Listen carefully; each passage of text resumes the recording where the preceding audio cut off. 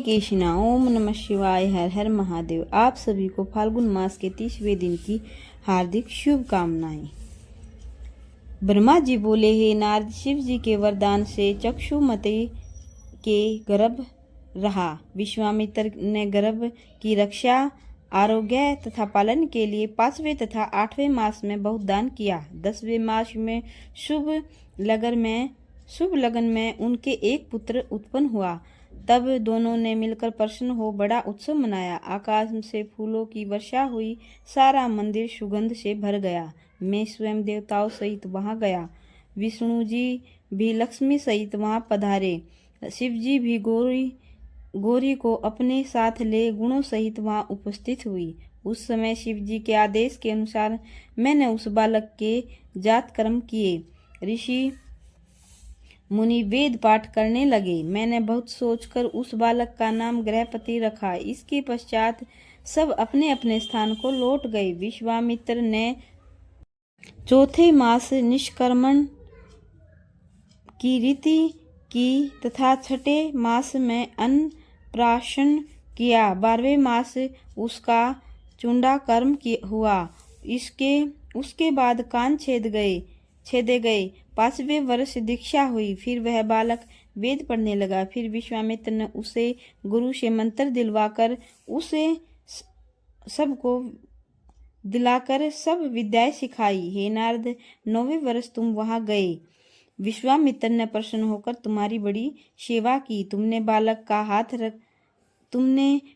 का हाथ देखा और बोले, हे विश्वामित्र, तुम्हारे पुत्र के सब अंश अत्यंत शुभ हैं, किंतु एक लक्षण बुरा है। उसका 12वां वर्ष अति कष्ट है। तुमको उसकी रक्षा का कोई उपाय करना चाहिए। ए नारद, तुम तो उनसे यह कहकर वहां से चले गए, परंतु गृहपति के माता पिता अति ही दुखी होकर रोने लगे। माता पिता की यह दशा देखकर गृहपति बोले, आप इतने दुखी क्यों होते हो?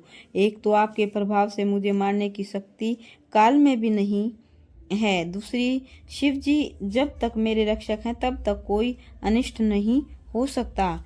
माता पिता गृहपति के ऐसे अमृतमय वचन सुनकर आनंदित हुए। वे कहने लगे, हे पुत्र, तुम जाकर शिव जी की सेवा करो। शिव जी की सेवा करके तथा उन्हें प्रसन्न करके बहुत से मनुष्य ने मृत्यु पर विजय प्राप्त कर ली है। शिव जी भक्तों का भय दूर करने वाले हैं। उनके समान अपने भक्तों को आनंद प्रदान करने वाला और कोई नहीं है। इसलिए तुम शिव जी की शरण में जाओ। गृहपति माता पिता की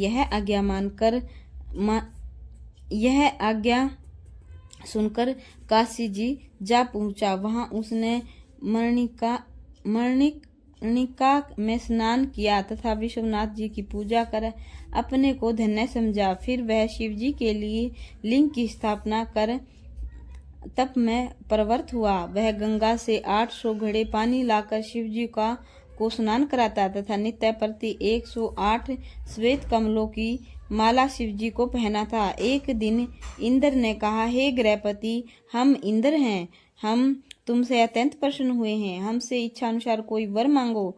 तब गृहपति ने मधुर वाणी से उत्तर दिया कि मुझे आपसे कुछ मांगने की इच्छा नहीं, मैं तो शिव जी को वर देने वाला जानता हूँ। बालक के यह वचन सुनकर इंद्र रूपी शिव जी ने हंसकर कहा, हे बालक, शिव जी हमसे भिन्न नहीं हैं। तब गृहपति ने उत्तर दिया कि तुम यहाँ से दूर हट जाओ, तुम किस योग्य हो? मुझे शिव जी के अतिरिक्त किसी देवता से वर मांगने की कोई इच्छा नहीं है।